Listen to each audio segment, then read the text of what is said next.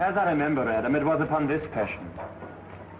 My father bequeathed me by will but 4,000 crowns, and charged my brother on his blessing to breed me well. And there begins my sadness. He stays me at home unkept.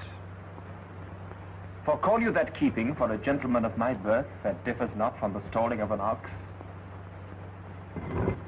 He lets me feed with his hinds, bars me the place of a brother, and as much as in him lies, minds my gentility with my education. This is it, Adam, that grieves me, and the spirit of my father, which I think is within me, begins to mutiny against this servitude. I will no longer endure it. St. Master Orlando, yonder he comes.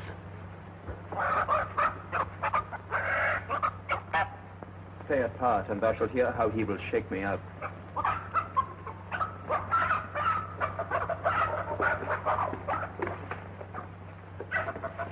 Now, sir, what make you here? Nothing. I am not taught to make anything. Marry, sir, be better employed. Shall I keep your hogs and eat husks with them? Know you where you are, sir? I know you are my eldest brother, and in the gentle condition of blood you should so know me. I have as much of my father in me as you. What, boy? Come, elder brother, you are too young in this. Wilt thou lay hands on me, villain? I am no villain. I am the youngest son of Sir Roland de Boys, and he is thrice a villain that says such a father begot villains. Wert thou not my brother, I would not take this hand from thy throat till this other had pulled out thy tongue for saying so. Sweet masters, be patient. For your father's remembrance be at its call. Let me go, I say. I will not till I please. You shall hear me. My father charged you by his will to give me good education. You have trained me like a peasant, and the spirit of my father grows strong within me, and I will no longer endure it. Therefore, give me the poor lottery my father left me by testament. With that I will go buy my fortune. Well, sir, get you in. I will not long be troubled with you. You shall have some part of your will. I pray you leave me. I will no further offend you than becomes me for my good.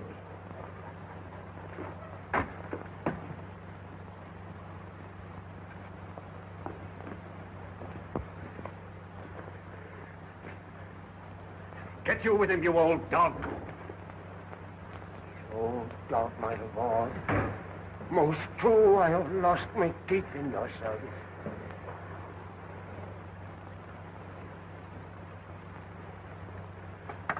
I will visit your rankness, and yet give no 1,000 crowns neither.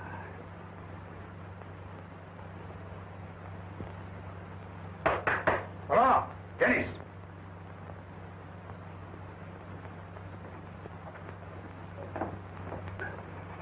Calls your worship?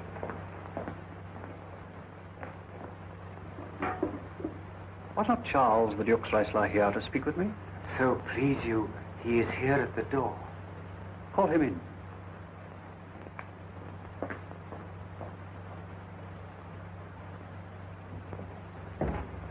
Attend, your worship. Good, Monsieur Tom. What's the new news at the new court? There is no news at the court, sir, but the old news. That is, the old Duke is banished by his younger brother, the new Duke. Where will the old Duke live? They say he's already in the Forest of Arden, and many merry men with him, and there they live like the old Robin Hood of England. You wrestle tomorrow before the new Duke. Marry, do I, sir?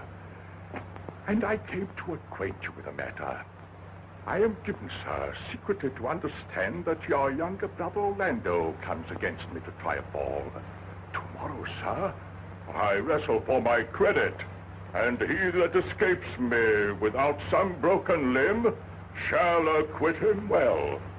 And therefore, out of my love to you, I came hither to acquaint you, that you might stay him. Charles, I thank thee for thy love to me, which I will most kindly requite.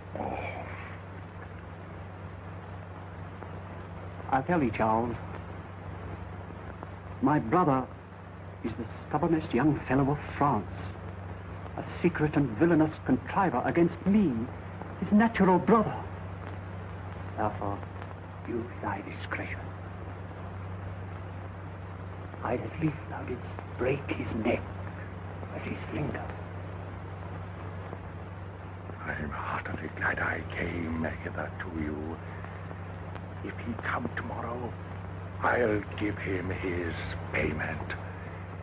If ever he go alone again, I'll never wrestle for prize more. And so, God keep your worship. Farewell, good Charles.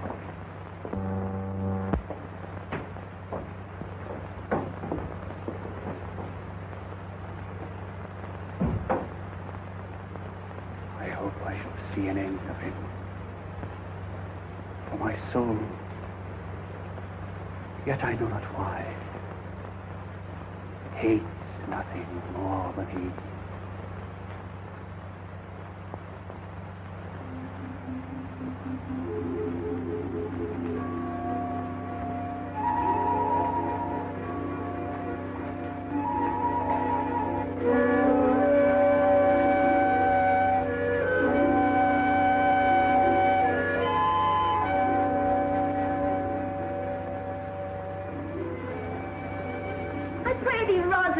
Sweet, my coz, be merry.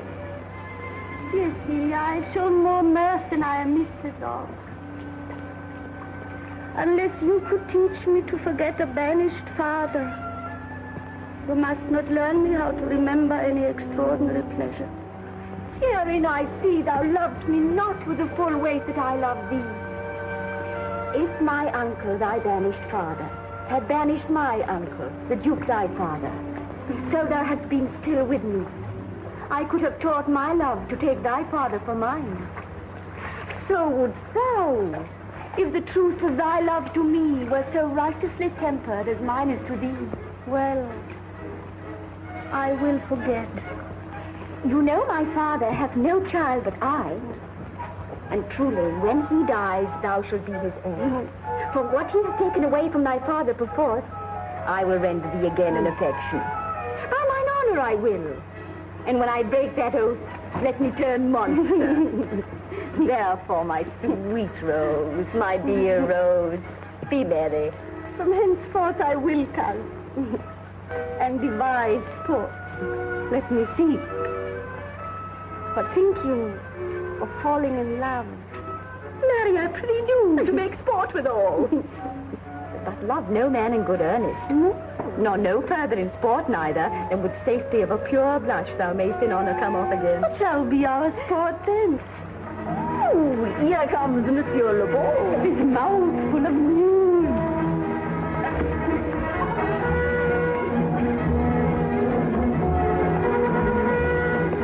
Bonjour, Monsieur Le Beau. What's the news? Fair Princess, you're going to lose much good sport. Sport? Of what color? What color, madame? How shall I answer you? As wit and fortune will... Eh bien, j'allais justement vous dire. Good wrestling, ladies, and they are ready to perform it. Let us see it, coz.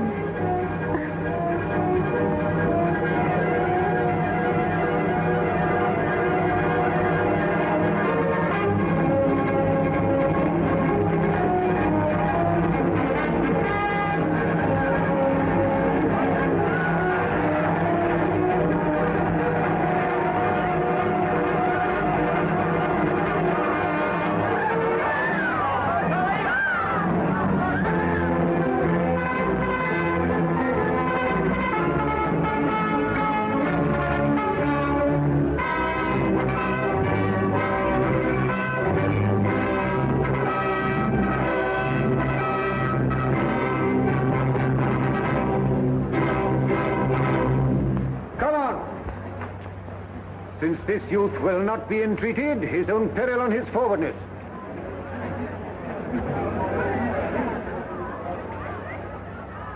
Is yonder the man? He, madame. Alas, he is too young. How now, daughter and cousin? Are you crept hither to see the wrestling? Aye, my liege. So please you give us leave. You will take little delight in it, I can tell you. There is such odds in the man. In pity of the challenger's youth, I would fain dissuade him, but he will not be entreated. Speak to him, ladies. See if you can move him. I'll not be by. Call him hither, good Monsieur Le Beau.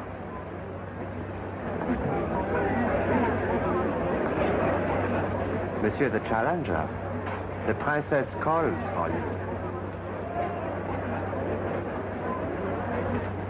I attend them with all respect and duty.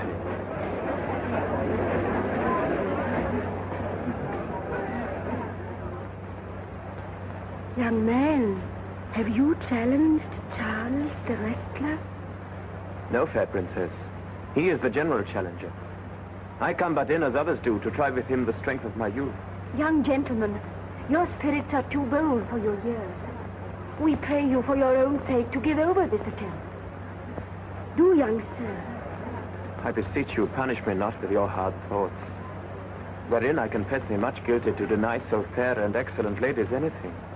But let your fair eyes and gentle wishes go with me to my trial, wherein, if I be foiled, there is but one shamed who was never gracious. If killed, but one dead that is willing to be so. I shall do my friends no wrong, for I have none to lament me. The world no injury, for in it I have nothing. Only in the world I fill up a place which may be better supplied when I have made it empty.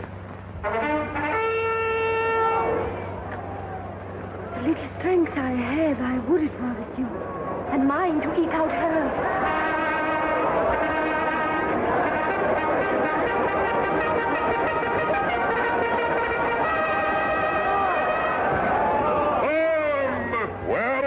This young gallant that is so desirous to lie with his mother.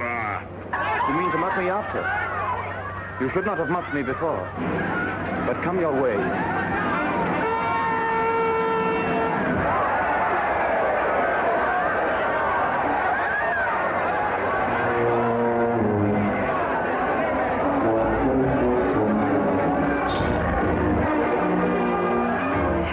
Be thy speed, young man. I would I were invisible to catch the strong fellow by the leg.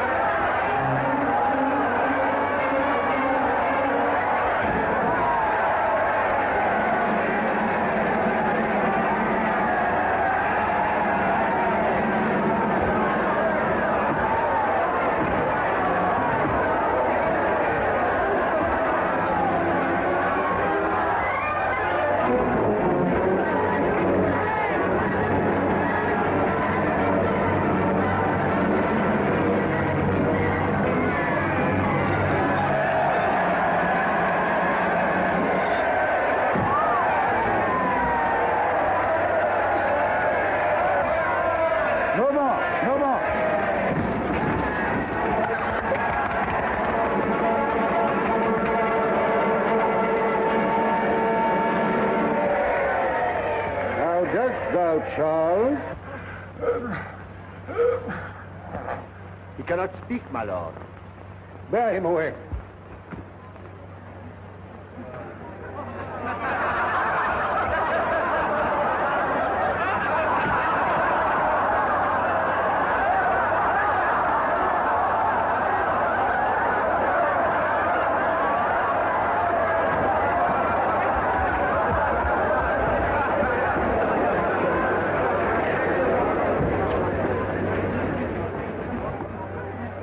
What is thy name, young man? Orlando, my liege, the youngest son of Sir Roland de Boys. I would thou hadst been son to some man else. The world esteemed thy father honorable, but I did find him still mine enemy. But fare thee well, thou art a gallant youth. I would thou hadst told me of another father.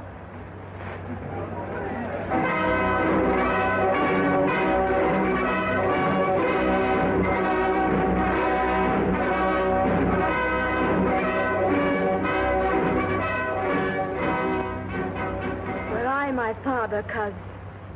Would I do this? My father loved Sir Roland as his soul.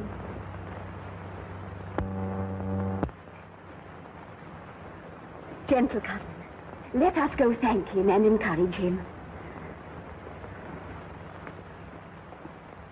Sir, you have well deserved. If you do keep your promises in love, but justly, as you have exceeded promise, your mistress shall be happy. Gentlemen, wear this for me, one out of suits with fortune, that could give more, but that her hand lacks means. Shall we go, cuz? Aye.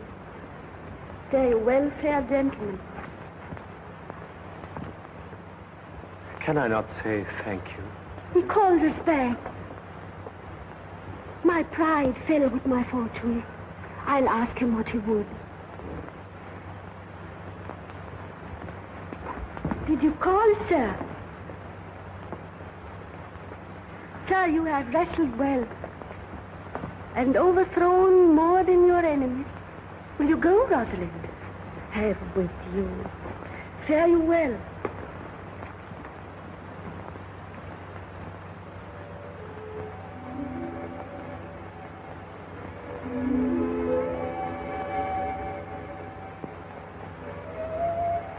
What passion hangs these weights upon my tongue? I cannot speak to her. Yet she urged conference. Oh, poor Orlando, thou art overthrown. Or Charles, or something weaker masters thee. Good sir, I do in friendship counsel you to leave this place, albeit you have deserved high commendation. Yet, such is now the Duke's condition that he misconstrues all that you have done. I thank you, sir. And pray you, tell me this. Which of the two was daughter of the Duke that here was at the wrestling? Indeed, the taller is his daughter. The other is Rosalind, daughter to the banished Duke. But I can tell you that of late this Duke hath ta'en displeasure against his gentle niece, grounded upon no other argument, but that the people praise her for her virtues and pity her for her good father's sake. And on my life, his malice against this lady will suddenly break forth. Sir, fare you well. I rest much bounden to you. Fare you well.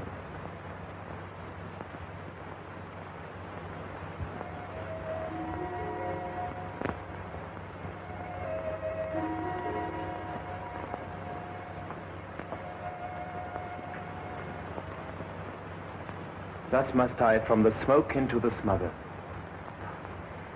from tyrant duke unto a tyrant brother.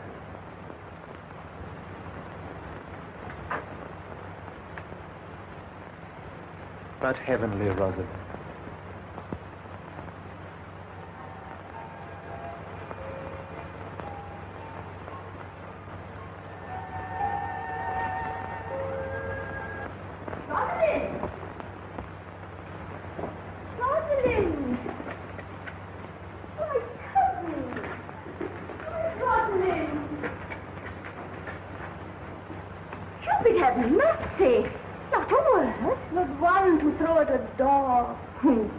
But is all this for your father? No. Some of it is for my father's child. Come, come. Wrestle with your affection. Oh, they take the part of a better wrestler than myself. Is it possible on such a sudden you should fall into so strong a liking though to Roland's youngest son? The Duke, my father, loved his father dearly. Does it therefore ensue that you should love his son dearly? No. By this kind of chase, I should hate him. For my father hated his father dearly. Yet I hate not Orlando. No, Faith. Hate him not for my sake. Oh, look. Here comes the Duke.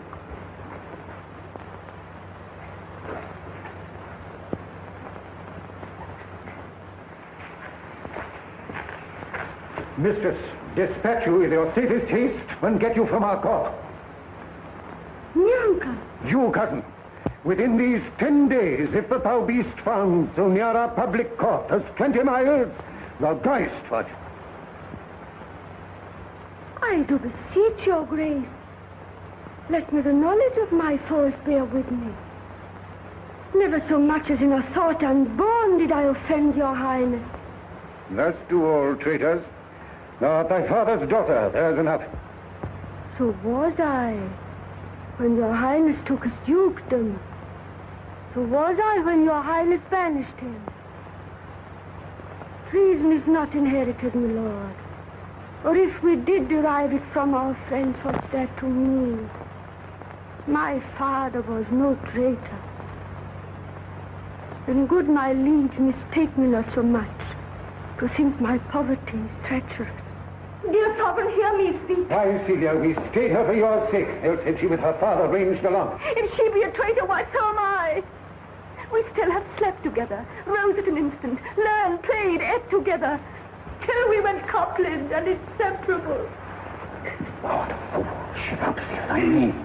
And thou wilt show no bright and seem more virtuous when she is gone. No, my Thou liege. open not thy lips. Firm and irrevocable is my doom. She is banished. Pronounce that sentence that on me, my liege. I cannot live out of her company. You are a fool. You, niece, provide yourself. If you outstay the time, upon mine honor, and in the greatness of my word, you die.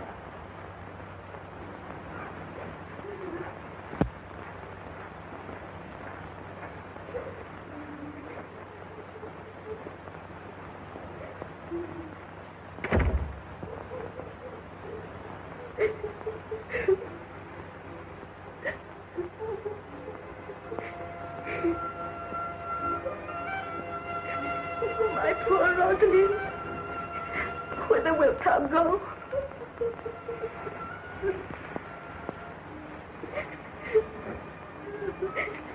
Wilt thou change, father? I will give thee mine. I charge thee, be not thou more grieved than I am. I have more cause. Thou hast not cut. Prithee, be cheerful. Knowest thou not the Duke hath banished me, his daughter? That he has not. No, hath not. Rosalind lacks then the love which teaches thee that thou and I am one. Shall we be sundered? Shall we part? Sweet girl, no. Let my father seek another heir. For by this heaven, now at our sorrows pale, say what thou canst, I'll go along with thee. Whither shall we go? To seek my uncle in the forest of Arden.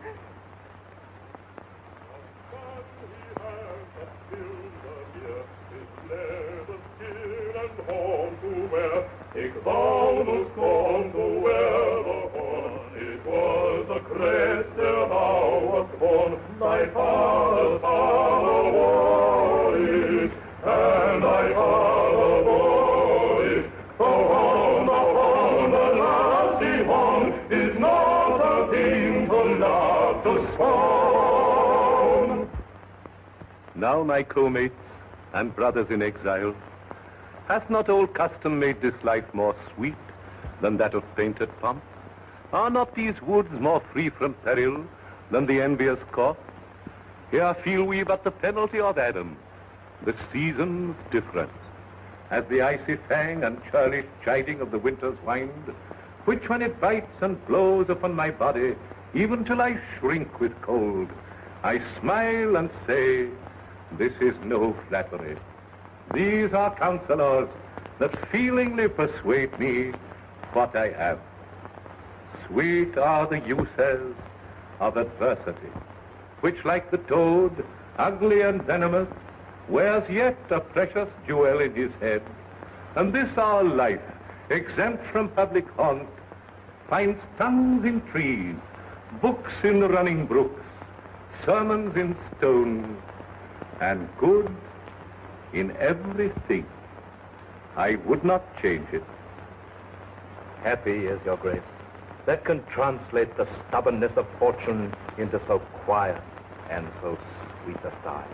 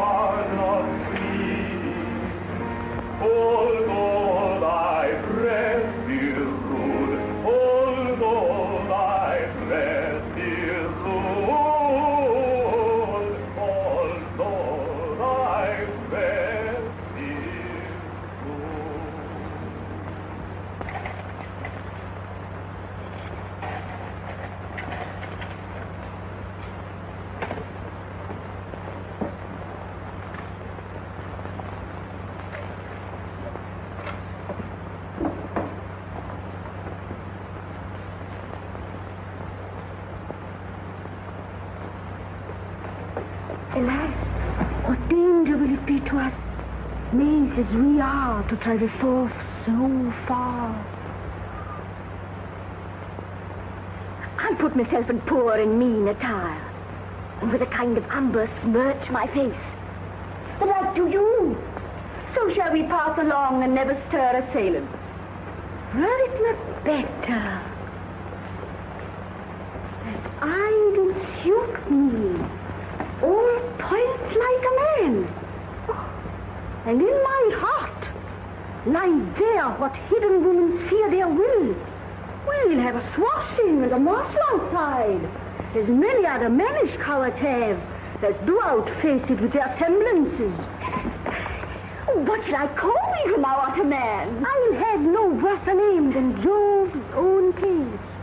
And therefore, look, you call me Ganymede. But what will you be called? Something that hath reference to my state. No longer Celia, but Aliena. But cousin, what if we say to steal the clownish fool out of your father's court? Would he be a comfort to our travel? He'll go along all the wide world with me. Leave me alone to woo him. That's the way.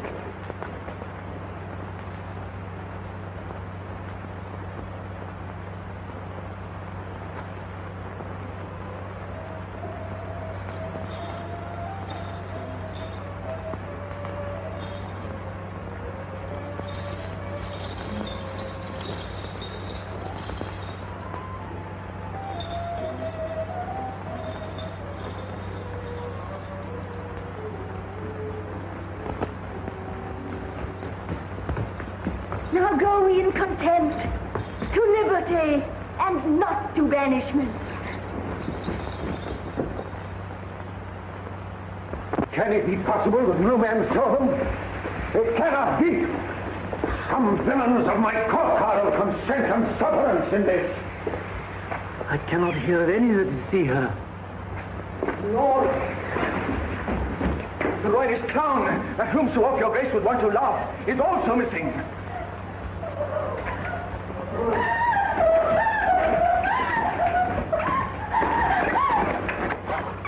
Hesperia, the princess gentlewoman, confesses that she secretly o'erheard your daughter and her cousin much commend the parts and graces of the wrestler that did but lately foil the sinewy Charles, and she believes wherever they are gone, that youth is surely in their company.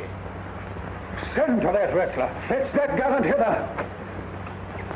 If he be absent, bring his brother to me. I'll make him find him. Do this suddenly. And let not search or inquisition quail to bring again these foolish runaways.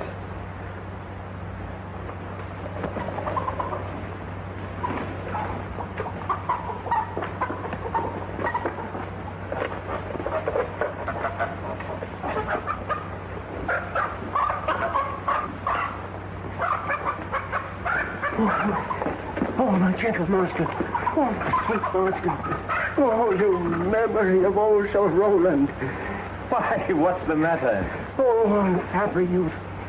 Within this roof, the enemy of all your graces lives, your brother. This night he means to burn the lodging where you used to lie, and you within it. This house is but a butchery. Abhor it, fear it, do not stay in it. Why, whither, Adam, wouldst thou have me go? No matter whither, so you stay not here. What, wouldst thou have me go and beg my food? I have 500 crowns, the thrifty iron I saved under your father. Here's the gold. All this I give you. Let me be your servant in all your business and necessities.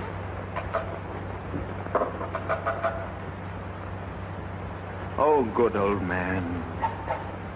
How well in thee appears the constant service of the antique world, where service sweat for duty, not for meed. Thou art not for the fashion of these times, where none will serve but for promotion. But come thy ways, we'll go along together. And ere we have thy youthful wages spent, we'll light upon some settled low content.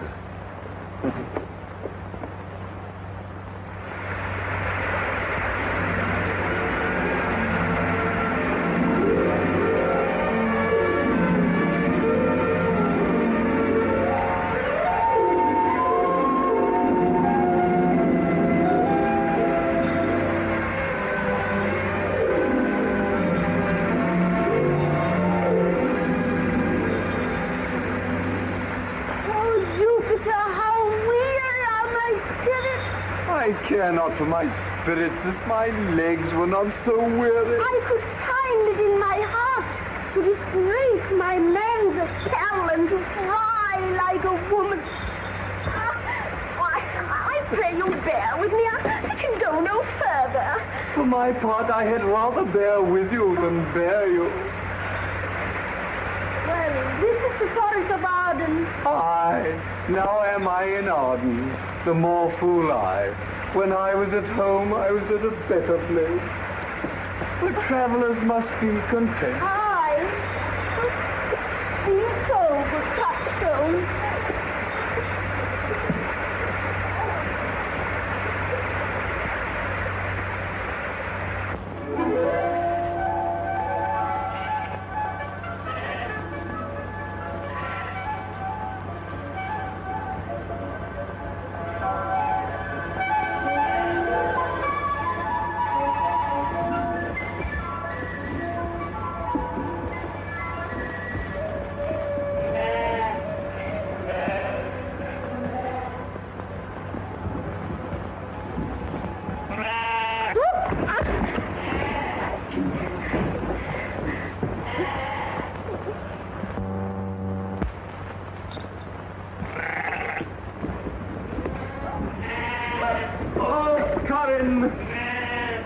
That thou knewst how I do love her. I partly guess, for I have loved her now. How many actions most ridiculous hast thou been drawn to by thy fantasy? Into 1,000 that I have forgotten. Oh, thou didst then ne'er love so heartily. If thou rememberest not the slightest folly that ever love did make thee run into, thou hast not loved. Or if thou hast not spoke as I do now, wearing thy hearer with thy mistress' praise, thou hast not loved. Or if thou hast not broke from company, abruptly as my fashion now makes me, thou hast not loved. Oh, Phoebe! Phoebe! Phoebe! Oh, Joe, Joe, this shepherd's passion is much upon my fashion. And mine. But it grows somewhat stale with me. I pray you, one of you, question yon man if he for gold will give us any food. I faint almost to death.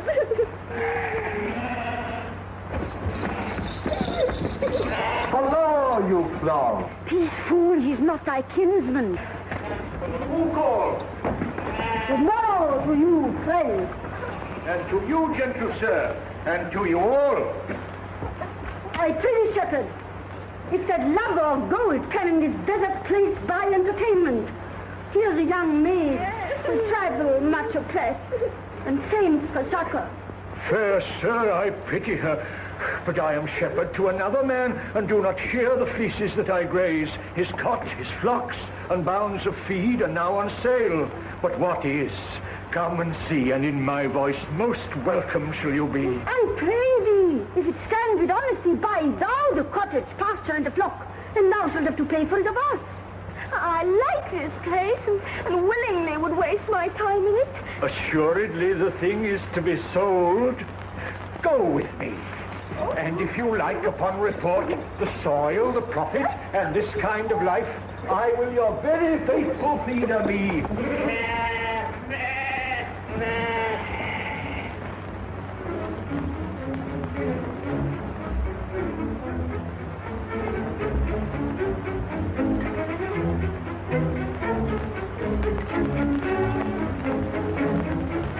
Why, how now, monsieur? What a life is this, that your poor friends must woo your company. You look merrily. A fool, a fool. I met a fool in the forest. A motley fool. A miserable world. As I do live by food, I met a fool who laid him down and basked him in the sun and railed on Lady Fortune in good terms, in good set terms, and yet a motley fool. Good morrow, fool, quoth I. No, sir, quoth he. Call me not fool till heaven hath sent me fortune. And then he drew a dial from his poke, and looking on it with lackluster eye, says very wisely, it is 10 o'clock. Thus we may see, quoth he, how the world wags. 'Tis but an hour ago since it was 9, and after 1 hour more 'twill be 11. And so from hour to hour we ripe and ripe, and then from hour to hour we rot and rot, and thereby hangs the tale. Oh, noble fool, a worthy fool, motley's the only wear. What fool is this? Oh, worthy fool, would that I were a fool. I am ambitious for a motley coat. Forbear and eat no more. Why, I've ate none yet. Nor shalt not till necessity be served. Of what kind should this cock come on? Forbear, I say. He dies who touches any of this fruit till I and my affair are answered. And you will not be answered with reason. I must die. What would you have? Your gentleness shall force more than your force move us to gentleness. I almost die for food. Let me have it. Sit down and feed, and welcome to our table.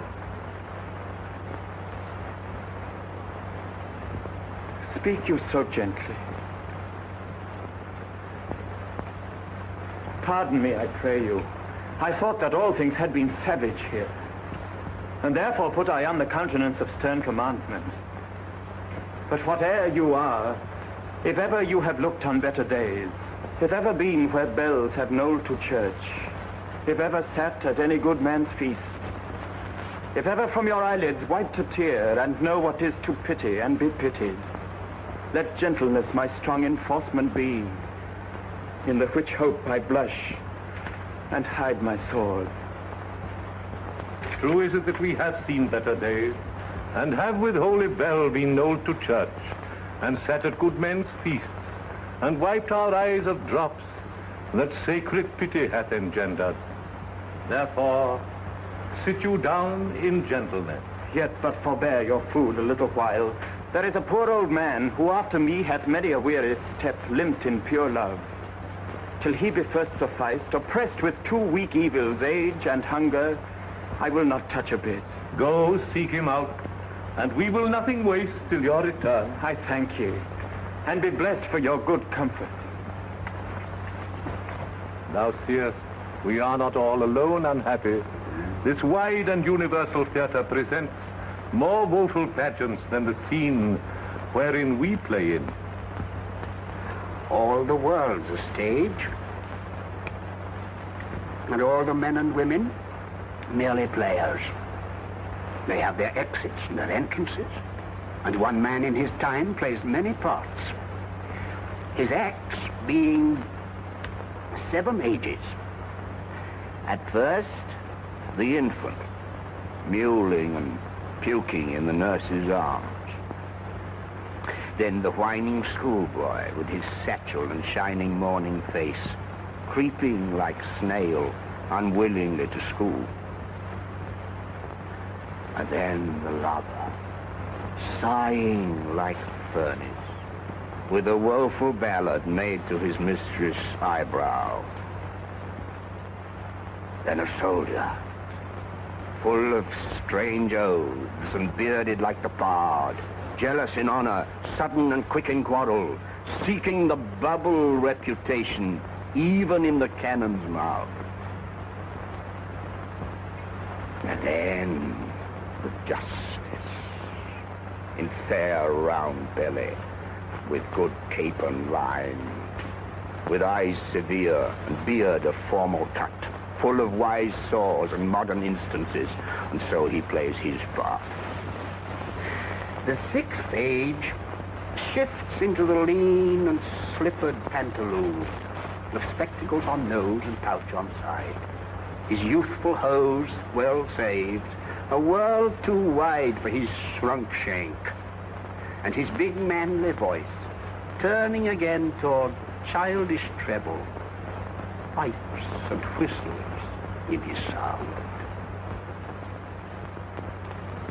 Last scene of all, that ends this strange, eventful history, is second childishness and mere oblivion. Sans teeth, sans eyes, sans taste, sans everything.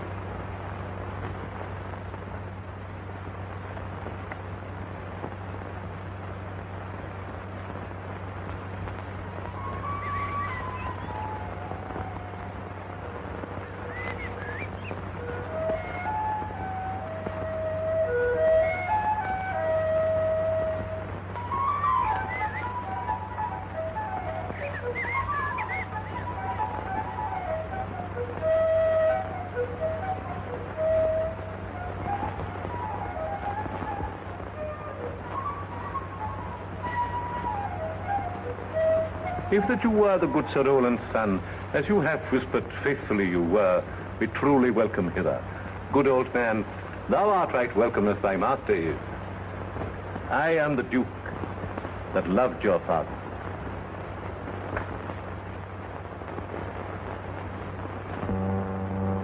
Seen him since? Sir, that cannot be. But look to it. Find out thy brother, wheresoever he is. Seek him with candor. Bring him, dead or living, within this 12-month, or turn thou no more to seek a living in our territory. Thy lands and all things that thou dost call thine worth seizure, do we seize into our hands, till thou canst quit thee by thy brother's mouth of what we think against thee. Oh, that your highness knew my heart in this. I never loved my brother in my life. More villain thou. Well, push him out of doors. And let my officers of such a nature make an extent upon his house and lands. Do this expediently and turn him going.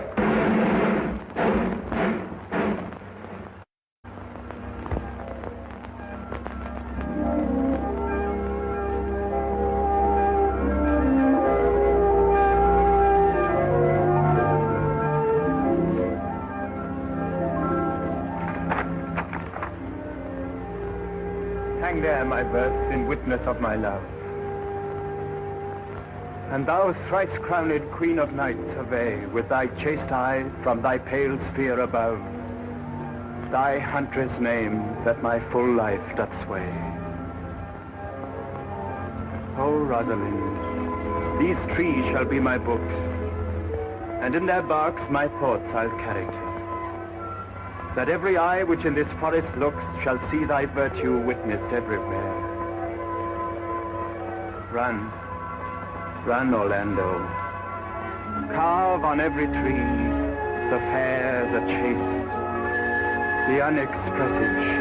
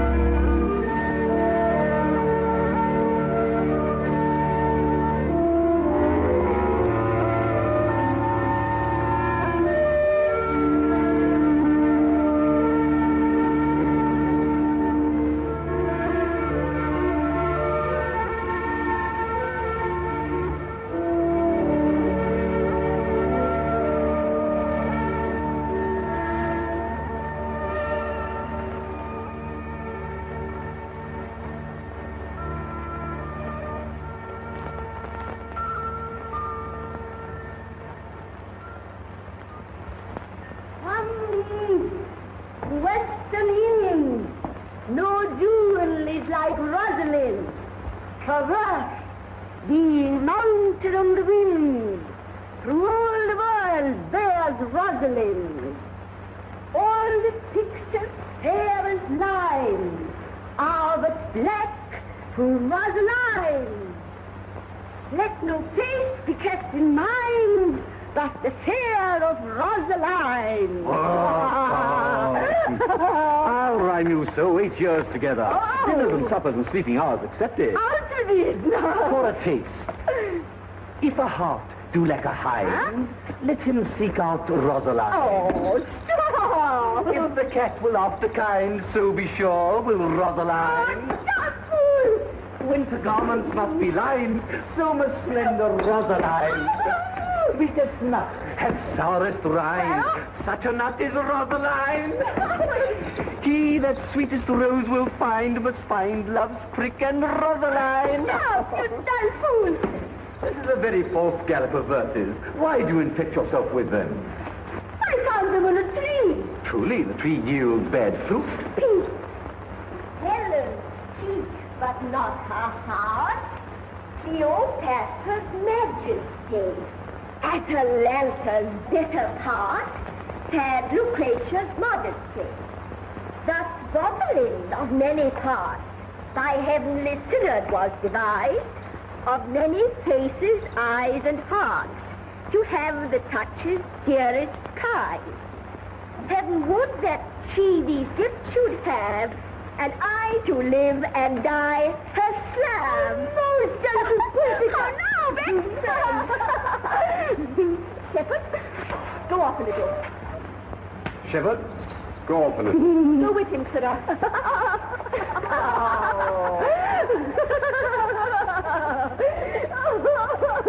Didn't thou hear without wondering how thy name should be hanged and carved upon these trees? I was 7 of the 9 days out of the wonder before you came.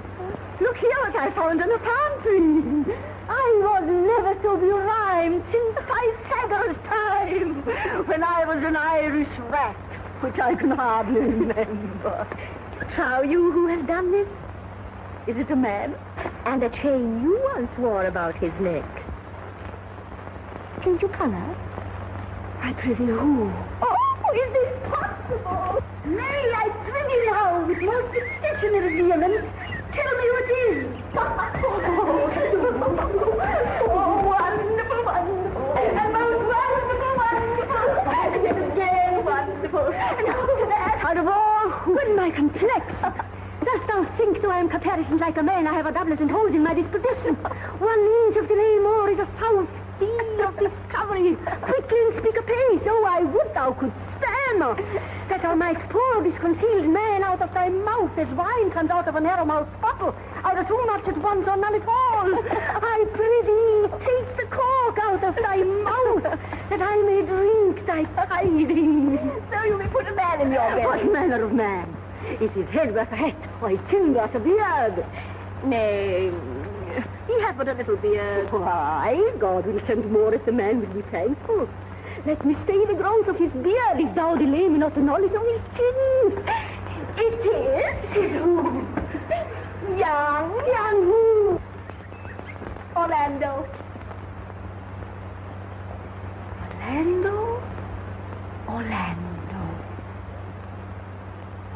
Alas, the day. What shall I do with my doublet alone? What did he when thou sawest him? What said he? How looked he? What makes he here? He asked for me. Oh, shalt thou see him again? Oh, answer me in 1 word. He was balmy gargantuous mouth first. Oh. But take a taste. I found him under a tree, like a dropped acorn, may well be called Jove's tree, when it drops forth such fruit. There lay he, stretched along like a wounded knight. Though it be pity to see such a sight, it well becomes the ground. Cry holler to thy tongue, I prithee. Thou bring'st me out of tune. Oh, Elena! Elena! Oh, you don't know I'm a woman. When I must sleep. Sleep, say on. No, you bring me up.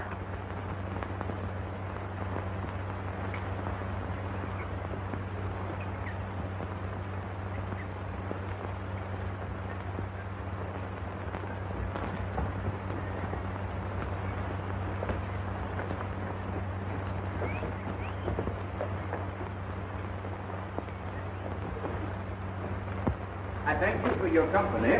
With good faith, I had as lief of being myself alone. And so had I. But yet for fashion's sake, I thank you too for your society. God be with you. Let's meet as little as we can. I do desire we may be better strangers. I pray you, mar no more trees with writing love songs in their barks. I pray you, mar no more of my verses with reading them ill-favoredly. Rosalind is your love's name. Yes, just. I do not like her name. There was no thought of pleasing you when she was christened. What stature is she of? Just as high as my heart. You're full of pretty answers. I am weary of you. I'll tarry no longer with you. Farewell, good Signor Love. I am glad of your departure. Adieu, good Monsieur Melancholy.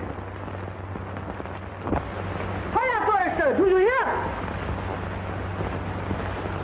Very well, what would you? I pray you, what is the clock?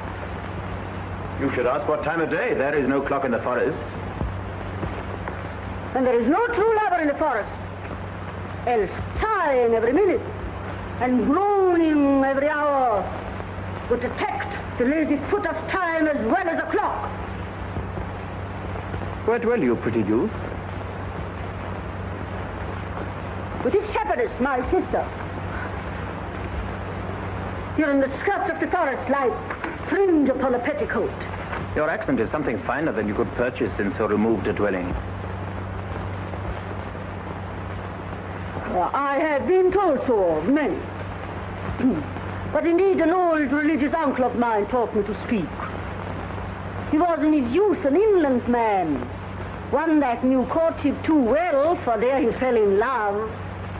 I've heard him read many lectures against it, and I thank God I'm not a woman to be touched with so many giddy offenses. Can you remember any of the principal evils that he laid to the charge of women? I pray thee recount some of them. No. I will not cast away my physic, but on those that are sick. There is a man haunts the forest that abuses our young plants with carving Rosalind on their barks, hangs odes upon hawthorns and elsies on brambles, and all forsooth defying the name of Rosalind. If I could meet that fancy-monger, I would give him some good counsel, for he seems to have the quotidian of love upon him. I am he that is so love-shaked. I pray you tell me your remedy. There is none of my uncle's marks upon you. He taught me how to know a man in love. What were his marks? A lean cheek, which you have not. A blue eye, and sunken, which you have not. A beard neglected, which you have not. Then your hose should be ungartered, your bonnet unbanded, your sleeve unbuttoned, your shoe untied, and everything about you demonstrating a careless desolation. But you are no such man. You are rather point device in your accoutrements, as loving yourself than seeming the lover of any other. I swear to thee, youth, by the white hand of Rosalind, I am that he, that unfortunate he. But are you as much in love as your rhymes speak? Neither rhyme nor reason can express how much. Love is merely a madness, yet I profess curing it by counsel. Did you ever cure any so? One. And in this manner, he was to imagine me, his love, his mistress.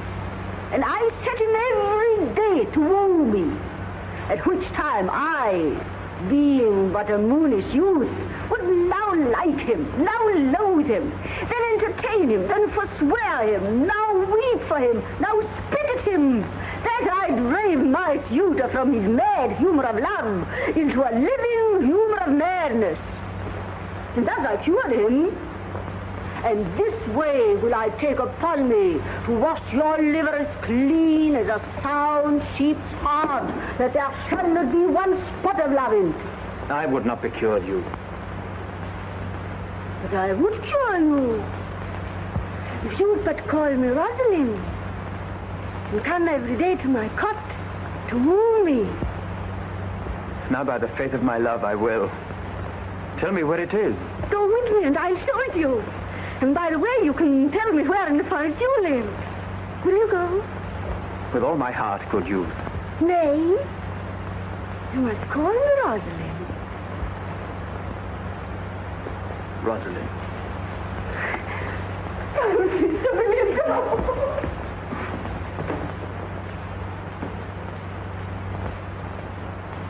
Therefore take the present time with the hay and the hoe and the hay, mommy low.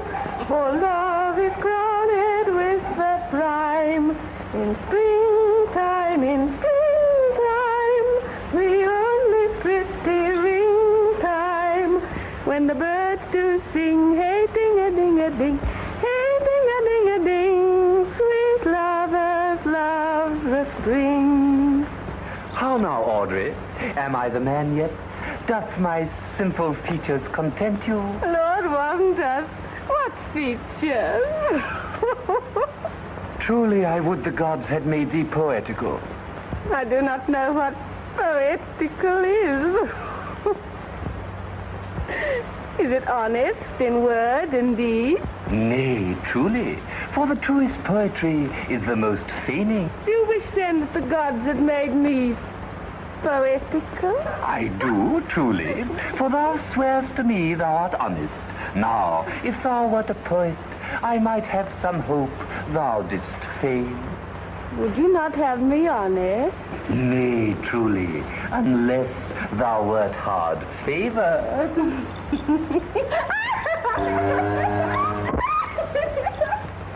Never talk to me, I will weep. You, I believe. But yet have the grace to consider that tears do not become a man. But have I not cause to weep? As good a cause as one would desire. Therefore weep. His very hair is of the dissembling color, even browner than Judas's.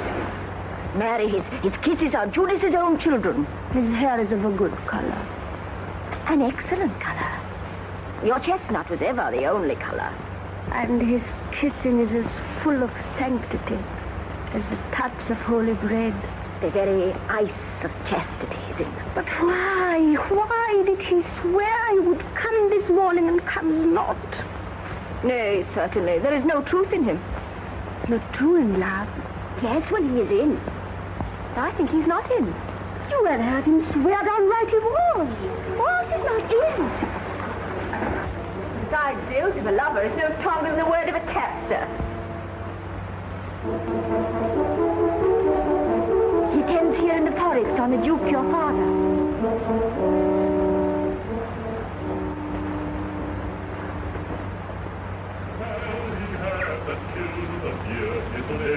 Skin and horn who wear a crown of thorn, who wear the horn. It was a crest where thou wast born. Thy father's father wore it, and thy father bore it. The horn, the nasty horn. I met the Duke yesterday. He asked me of what parentage I was. I told him of as good as he. He laughed and let me go. But what talk will fathers when there is such a man as Orlando? Mistress and master, if you will see a pageant truly played between the pale complexion of true love and the red glow of scorn and proud disdain, go hence a little, and I shall conduct you. Oh, come, let us remove. The sight of lovers feedeth those in love.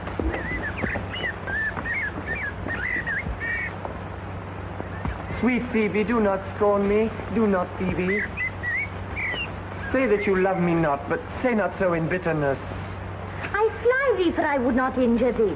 Thou tell'st me there is murder in mine eyes. 'Tis pretty sure and very probable.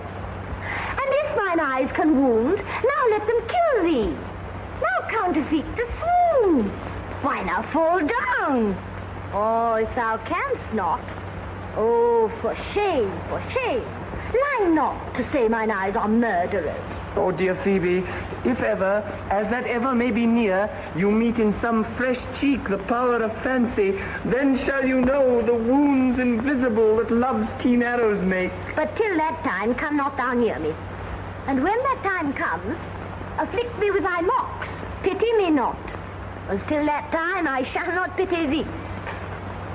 And why, I pray you, who might be your mother, that you insult, exult, and all at once over the wretched? What? Though you have no beauty, must you therefore be proud and pitiless? Why? What means this? Why, look at me. Odds my little life, I think she means to tangle my eyes too. No! Faith, proud mistress. Hope not after it. 'Tis not your inky brows, your black silk hair, your blue eyeballs, nor your cheek of cream that can attain my spirits to your worship. You foolish shepherd. Wherefore do you follow her like foggy south puffing with wind and rain? You are 1,000 times a properer man than she a woman.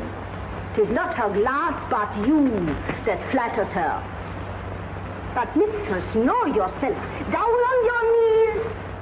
Thank heaven fasting for a good man's love. For I must tell you, friendly, in your ears, sell when you can. You are not for all market. So take her to thee, shepherd. Very well. Sweet youth, I pray you chide a year together. I had rather hear you chide than this man woo. I pray you do not fall in love with me, for I am falser than vows made in wine. Besides, I like you not. Come, sister, let us go.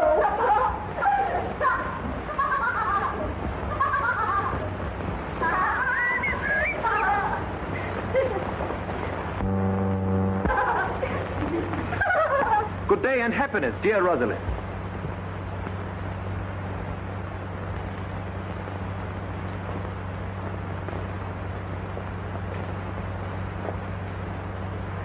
Good day and happiness, dear Rosalind.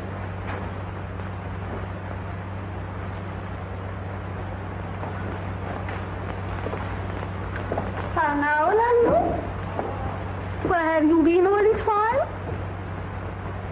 You a lover. And you serve me such another trick never come in my sight anymore. My fair Rosalind, I came within an hour of my promise. Break an hour's promise in love. He that will divide a minute into 1,000 parts and break but a part of 1,000th part of a minute in the affairs of love. It may be said of him that Cupid has clapped him on the shoulder, but I'll warrant him heart whole. Pardon me, dear Rosalind. Nay, and you be so tardy, come no more in my sight. I had as lief be a wood of a snail. Of a snail? Aye, of a snail. For though he comes slowly, he carries his house on his head. A better jointure, I think, than you make a woman. Besides, he brings his destiny with him. What's that? Oh, Virtue is no horn maker, and mine Rosalind is virtuous. and I am your Rosalind. Come, woo me, for now I am in a holiday humor and like enough to consent. What would you say to me now? And I were your very, very Rosalind. I would kiss before I spoke. Nay. You were better speak first. Very good orators, when they are out, they will spit. And for lovers lacking matter, the cleanliest shift is to kiss. Who could be out being before his beloved mistress? Marry, that should you if I were your mistress. Am not I your Rosalind? I take some joy to say you are, because I will be talking of her. Well, and in her person, I say, I will not have you. Then in mine own person, I die. No, Faye. Die by attorney. The poor world is almost 6,000 years old. And in all this time, there was not any man died in his own person, in a love cause. Men have died from time to time, and worms have eaten them from time to time, but not for love. I would not have my right, Rosalind, of this mind, for I protest her frown might kill me. No. By this hand, it will not kill a fly. But come. Now I will be your Rosalind in a more coming on disposition. And ask me what you will. I will grant it. Then love me, Rosalind. Yes, Faith, will I. Fridays, Saturdays, and all days. And wilt thou have me? Aye, and 20 such. What sayest thou? Are you not good? I hope so. What then? Can one desire too much of a good thing? Sister, you shall be the priest and marry us.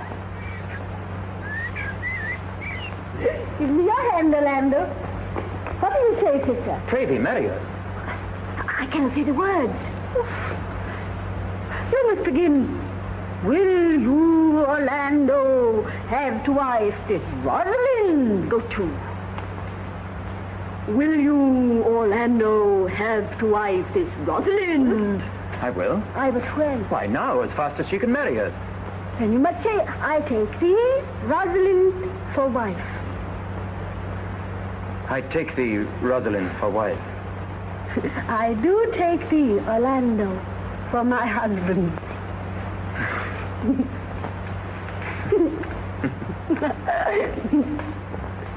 Tell me, Orlando, how long would you have her after you've possessed her? Forever and a day. Say a day without the ever. Oh, no, Orlando. Men are April when they woo, and December when they wed.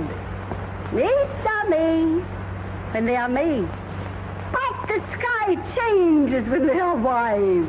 But will my Rosalind do so? By my life, she'll do as I do. Oh, but she is wise. She's wise. But the wise are the waywarder. For these 2 hours, Rosalind, I will leave thee. Alas, dear love, I cannot lack thee 2 hours. I must attend the Duke at dinner. By 2 o'clock I will be with thee again. I? Go your way, go your way. I knew what you would do. My friends told me as much, and I thought no less.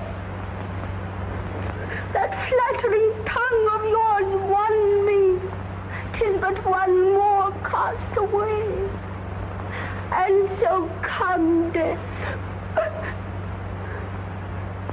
2 o'clock is your hour. Aye, sweetheart. By my troth, and in good earnest, and to God mend me, and by all pretty oaths that are not dangerous, if you break but one jot of your promise, or come 1 minute behind your hour, I will think you the most pathetic you break promise, and the most hollow lover, and the most unworthy of her you call Rosalind.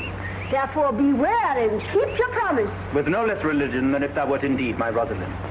So adieu. Adieu.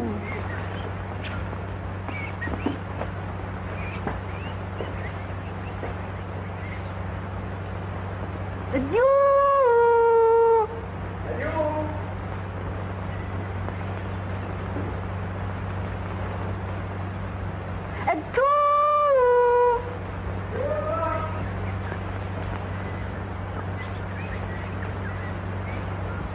At 2 o'clock.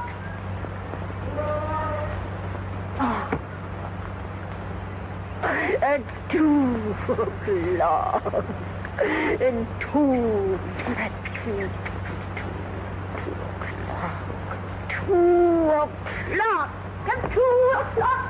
2 o'clock. 2 o'clock. You have simply misused our sex in your love prank. Oh, come, my pretty little curs, I found it know how many fathoms deep I am in love. Oh, but it cannot be sounded. My affection hath an unknown bottom, like the Bay of Portugal. Rather bottomless. Oh, I'll tell thee, Aliena, I cannot be out of the sight of Orlando. Oh, I'll go behind the shadow and sigh till he comes. And I'll sleep.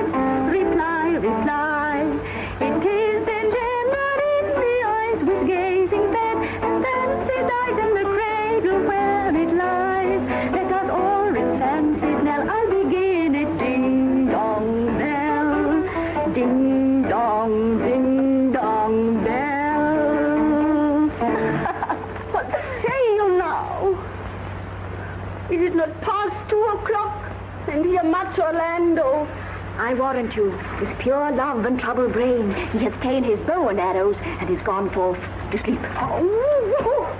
Good morrow, fair ones. Are not you the owners of this house? It is no boast being asked to say we are.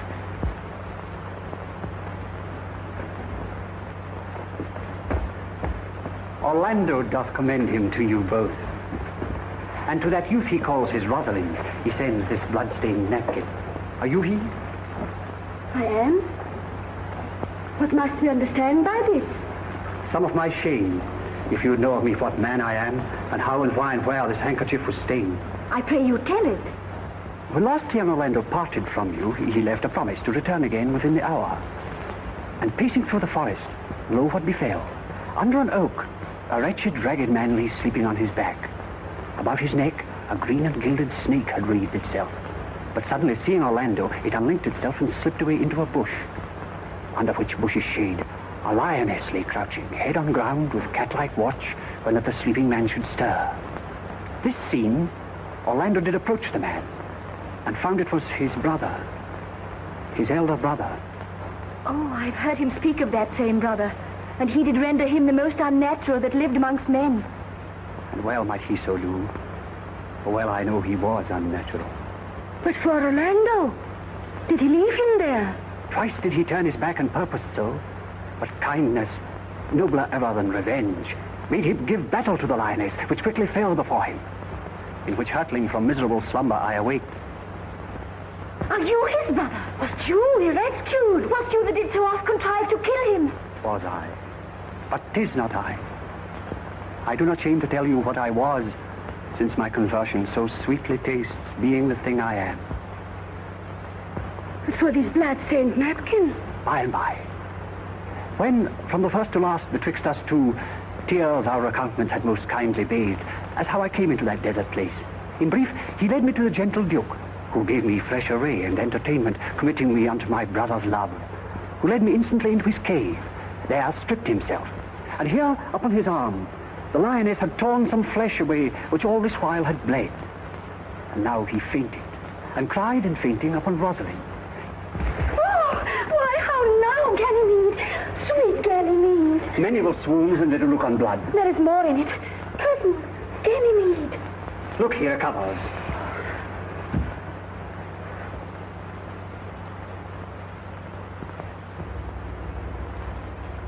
Never at all. We'll lead you thither. I pray you, will you take him by the arm? Be of good cheer, youth. You are man. You lack a man's heart. I do so. I confess it. I pray you, sir, tell your brother how well I counterfeit. This is not counterfeit. There is too great testimony in your complexion. It is a passion of earnest. Counterfeit, I assure you. Well, then take a good heart and counterfeit to be a man. So I do. But in faith, I should have been a woman by right. Come, you look paler and paler. Pray you draw homewards. Good sir, go with us. That will I.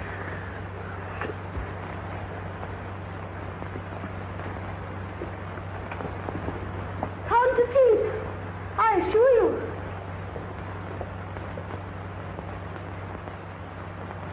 Audrey, there is a youth in the forest here, lays claim to you. Aye, I know who it is. He has no interest in me in the world. Here comes the man, you mean?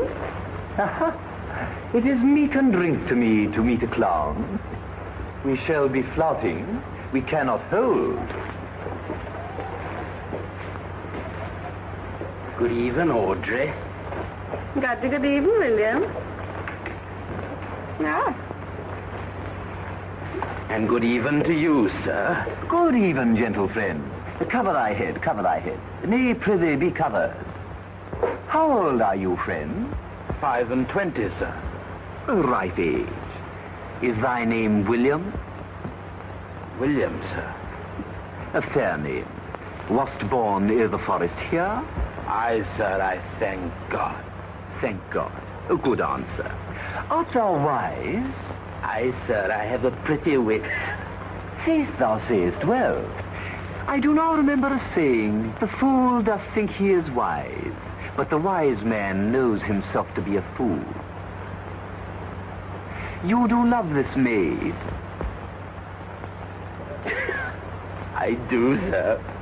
Give me your hand. Art thou learned? No, sir.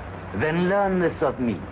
To have is to have, for it is a figure in rhetoric that drink being poured out of a cup into a glass, by filling the one doth empty the other, and all your writers do consent that ipse is he. Now you are not he, because I am he. Which he, sir? He, sir, that must marry this woman. Therefore, you clown, abandon the society of this female, or clown, thou perishest. Or, to thy better understanding, diest. Or to wit, I kill thee, make thee away, translate thy life into death.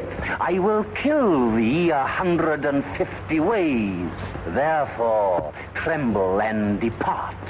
Do good, William. God rest you merry, sir.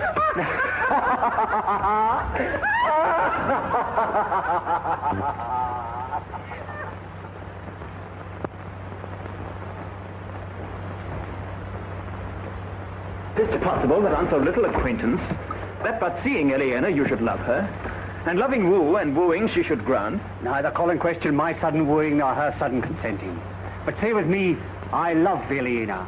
Tell me where is fancy bred, or in the heart, or in the head. How be God, how love is shed. Reply, reply.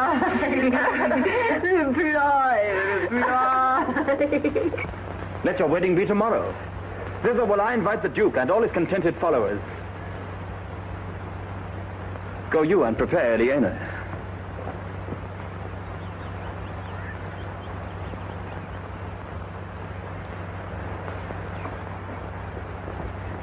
I tell you, brother. And you, fair sister. Oh, my dear Orlando, how it grieves me to see thee wear thy heart in a scarf. It is my arm.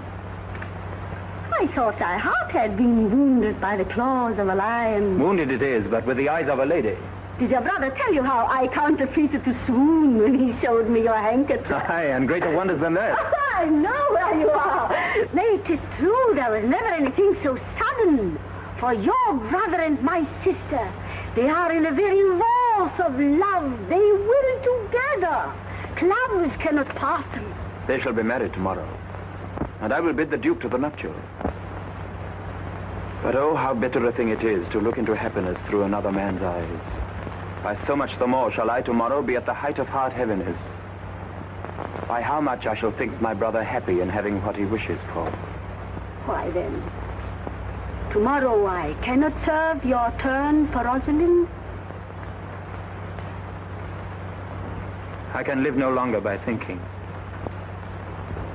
I will weary you then no longer with idle talking. Know of me then that I can do strange things. I have, since I was 3 years old, conversed with a magician. And if you do love Rosalind so near the heart as your gesture cries it out, you shall marry her when your brother marries Eliana. It is not possible for me to set her before your eyes tomorrow, human as she is, and without any danger. Speakst thou in sober meaning? I do, by my life, which I tender dearly, though I say I am a magician. Therefore, put you on your best array. Bid your best friends. For if you will be married tomorrow, you shall. And to Rosalind, if you will. You have done me much ungentleness. I care not if I have. It is my study to seem despiteful and ungentle to you. You are there followed by a faithful shepherd. Look upon him, love him, he worships you. Oh, good shepherd, tell this youth what 'tis to love. 'Tis to be all made of sighs and tears. And so am I for Phoebe. And I for Ganymede. And I for Rosalind. And I for no woman. It is to be all made of faith and service.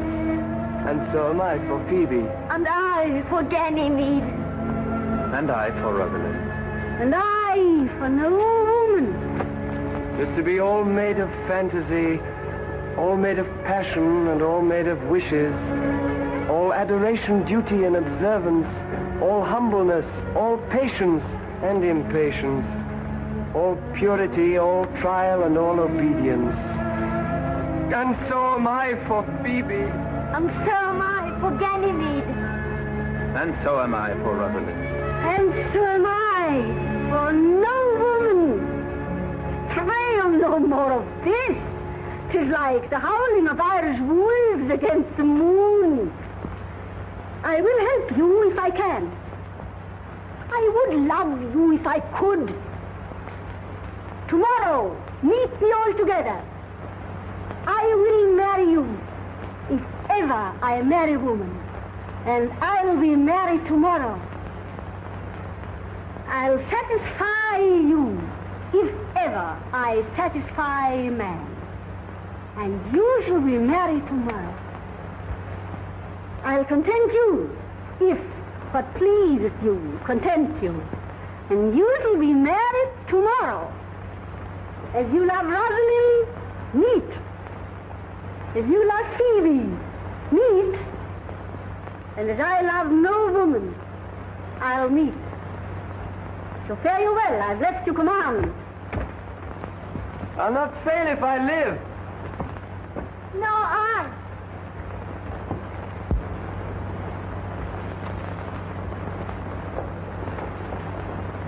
Nor I.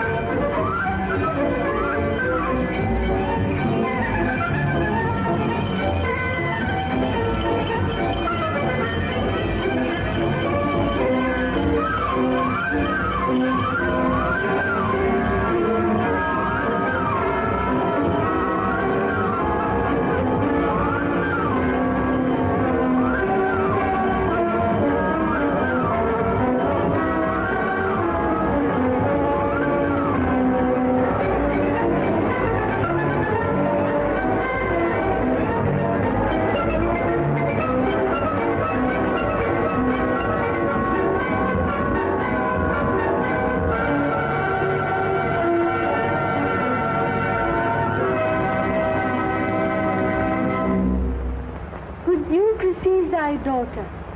Heaven from heaven brought her. I brought her hither, that thou might join her hand and his, whose heart within his bosom is. If there be truth in sight, you are my daughter. If there be truth in sight, you are my Rosalind. If sight and shape be true, why then, my love, adieu. I'll have no father if you be not me.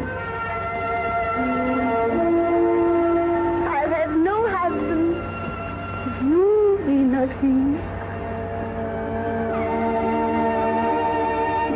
Nor no wed woman if you be not she. Oh, my dear niece, welcome thou art to me. Even daughter welcomed in no less degree.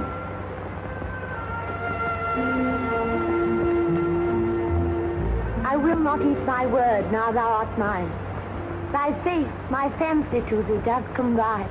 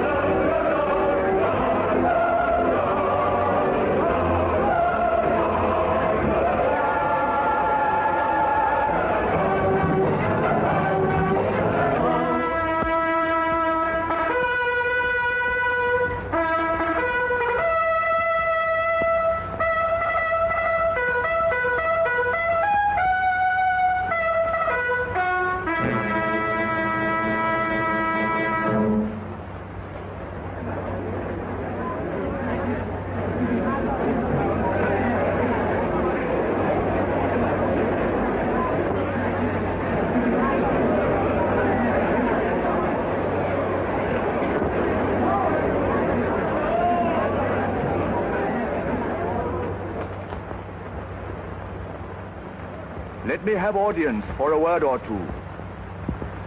Duke Frederick, hearing how that every day men of great worth resorted to this forest, addressed a mighty power which were on foot in his own conduct, purposely to take his brother here and put him to the sword. And to the skirts of this wild wood he came, where, meeting with an old religious man, after some question with him, was converted both from his enterprise and from the world, his crown bequeathing to his banished brother, and all their lands restored to them again that were with him exiled.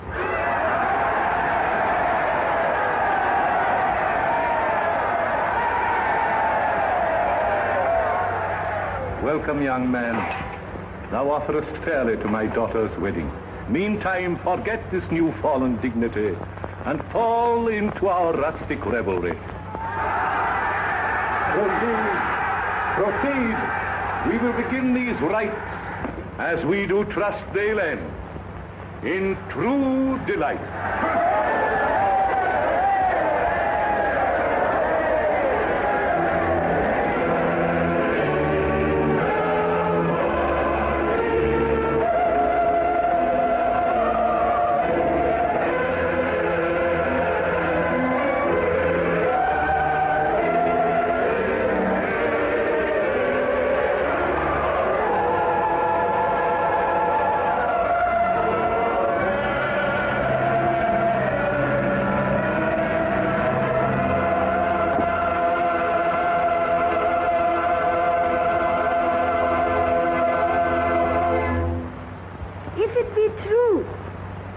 Good wine needs no bush. 'Tis true that a good play needs no epilogue. Yet a good wine they do use good bushes, and good plays prove the better by the help of good epilogues. What a case am I in then, that I am neither a good epilogue, nor cannot insinuate with you in the behalf of a good play. I am not furnished like a beggar, therefore to beg will not become me. My way is to conjure you, and I'll begin with the women. I charge you, O women, for the love you bear to men, to like as much of this play as please you. And I charge you, O men, for the love you bear to women, that between you and the women the play may please